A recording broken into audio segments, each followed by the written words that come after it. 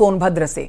India गठबंधन में सब कुछ ठीक नहीं चल रहा है, क्योंकि सोनभद्र में सीपीआई के national member council comrade Girish ने कहा है कि इस बार वायनाड से कांग्रेस के नेता राहुल गांधी चुनाव हारेंगे। कॉमरेड गिरीश ने कहा है कि राहुल के भाग्य में लिखा है महिला से हारना। वायनाड से हमारी प्रत्याशी महिला है जो राहुल को हराएगी।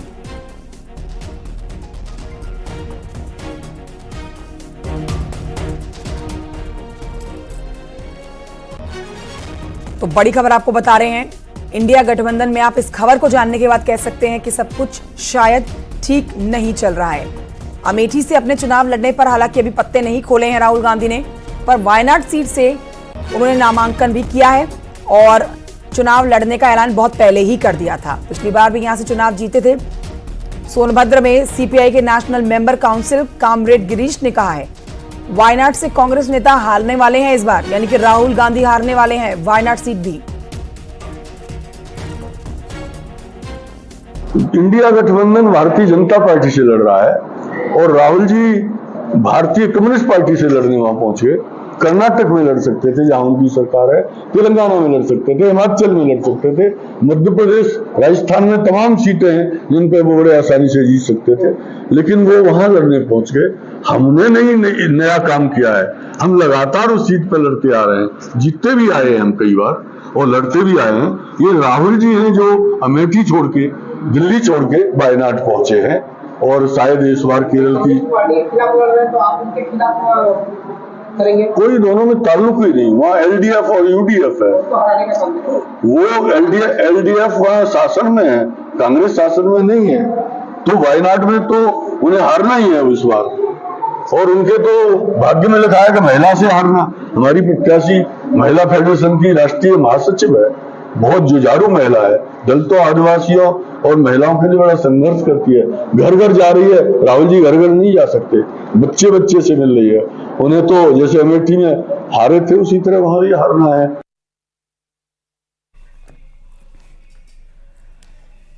और आइए आगे बढ़ते आपको बताते हैं, प्रयागराज में यूपी के कैबिनेट मंत्री अनिल राजभर ने न्यूज 18 से बातचीत में दावा किया कि एनडीए यूपीए की 80 सीटें जीतेगी। साथ ही अनिल राजभर ने कहा है कि देश भर में एनडीए 400 से ज्यादा सीटें जीतने जा रही है।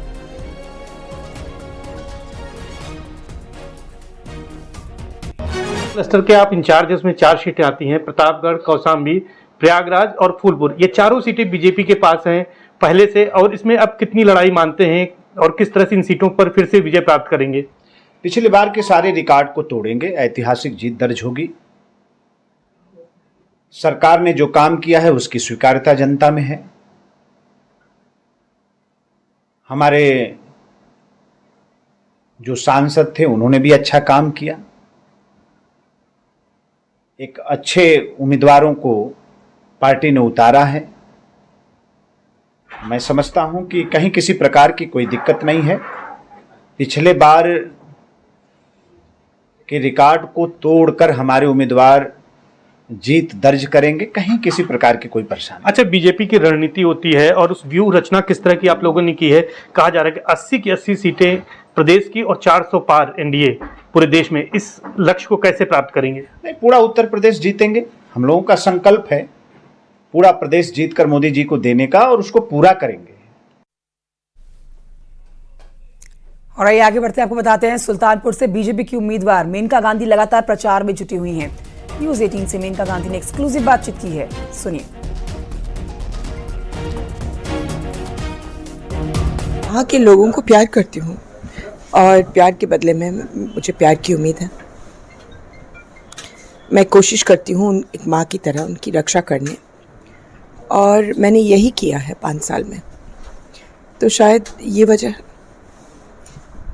अन्य दलों के भी प्रत्याशी आ गए हैं, बसपा से भी आ गए हैं, सपा से भी आ गए हैं। लोगों का ये कहना है त्रिकोणीय मुकाबला है, लेकिन आप गांव-गांव में लोकप्रिय हैं, लगातार आप क्षेत्र में बनी रही हैं, तो कैसे मुकाबला देख रही हैं? नहीं, हर मुकाबला त्रिकोणीय होता है, हर मुकाबला। हमको कभी कोई मुकाबला को कम नहीं सोचना चाहिए। वो लोग आए हैं, वो भी लड़ेंगे। लंबा समय आपका राजनीति में हो गया है। अटल जी के समय में आप मंत्री थी, तब के समय में और अब के चुनाव में क्या अंतर महसूस करते हैं आप ग्राउंड लेवल पे? वही मेहनत, मुझे फ़र्क नज़र नहीं आ रहा है। ये ज़रूर है कि अब एक लहर भी है, उन दिनों में अटल जी की लहर थी, अब मोदी जी की लहर है। पहले की अपेक्षा में और अब में लोग मतदाता जागरूक कुछ ज़्यादा नहीं हुए हैं अपने काम को लेकर, अपने हक को लेकर? हाँ, हुआ है और अच्छी बात है। जितना वो मांगेंगे उतना ही हम लोगों को देना पड़ेगा, तो ये अच्छी बात है। मैं तो चाहती हूँ कि हर वोटर जागरूक हो। सुल्तानपुर आपका संसदीय क्षेत्र है, अमेठी और रायबरेली भी पड़ोस में है, अभी तक वहाँ प्रत्याशी नहीं उतारे गए हैं। कैसे देख रहे हैं? वोटरों के मन में एक जिज्ञासा है कि कौन होगा प्रत्याशी, किस तरीके का क्या स्थिति होगी? हमारे मन में भी वही जिज्ञासा है, हमें नहीं मालूम कौन आएगा। वरुण जी एक अच्छे सांसद हैं, लगातार उन्होंने ग्राउंड लेवल पे काम किया है। आपने भी अभी कुछ दिन पहले ही कहा था एक अच्छे सांसद हैं, तो उसको लेकर के आप कैसे देख रहे हैं उनके राजनीतिक भविष्य को? पीलीभीत उनकी कर्मभूमि रही है। उनका राजनीतिक भविष्य बहुत ही उज्जवल है। ये उस पर निर्धारित नहीं है कि वो एमपी हैं या नहीं हैं। जो भी पूरे देश में उनको लोग जानते हैं, नौजवान उनको पसंद करते हैं, तो जो भी करेंगे अच्छा ही करेंगे। प्रियंका और राहुल, हालांकि उस पर बात करना ठीक नहीं है, लेकिन लगातार क्या कभी भविष्य में एक डाइनिंग टेबल पे आप लोगों की इच्छा नहीं होती कि बैठ के कुछ बात की जाए? परिवार के लोग हैं। बेटा, बहुत साल बीत गए हैं, समय नदी की तरह है, कहीं टिकती तो है नहीं। हम लोग आगे जाते हैं, कोई कुछ बन जाता है, कोई कुछ बन जाता है। ये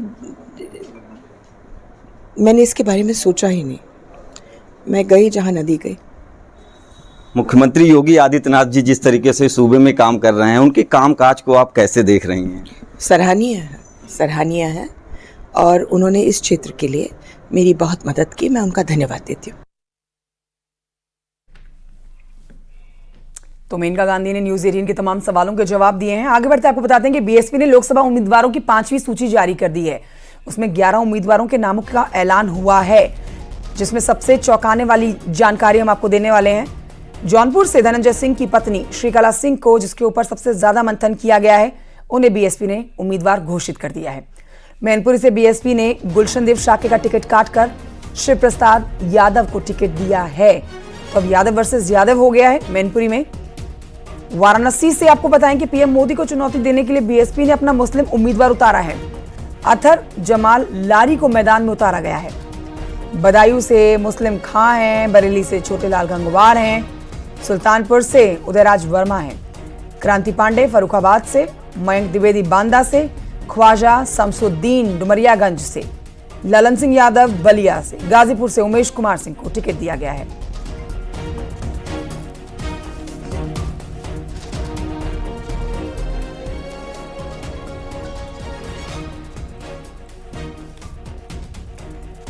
बीएसपी की 5वीं लिस्ट आने के बाद तीनों ही सीटों पर अब मुकाबला बेहद रोमांचक हो गया है। 3 सीटें वो कौन सी हैं जिनमें अब मुकाबला बेहद रोमांचक हो गया है, जानिए।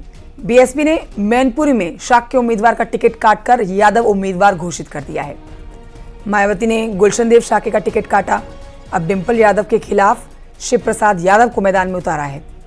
मैनपुरी में यादव वोटर्स 4 लाख से ज्यादा हैं।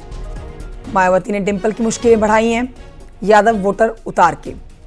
बदायूं की अब बात करते हैं तो यहां मायावती ने बीएसपी की तरफ से मुस्लिम खां को उतारकर आदित्य यादव की मुश्किलें बढ़ा दी हैं, उनकी राह में कांटे बो दिए हैं। बदायूं में यादव के बाद सबसे बड़ा जो वोट बैंक है वो मुस्लिम वोटर्स का वोट बैंक है। मायावती ने जौनपुर से भी धनंजय सिंह की पत्नी श्रीकला सिंह को टिकट देकर अब मुकाबला काफी रोमांचक कर दिया है। तो देखिए 3 सीटें आपको बता रहे हैं जिसमें समाजवादी पार्टी सबसे ज्यादा कंफ्यूज रही है।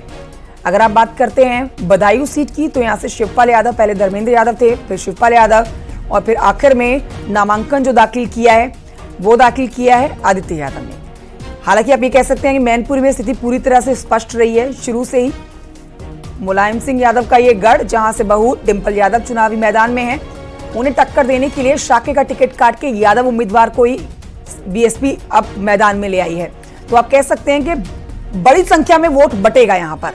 मैनपुरी में अब डिंपल यादव की जीत इतनी सरल नहीं हो सकती है।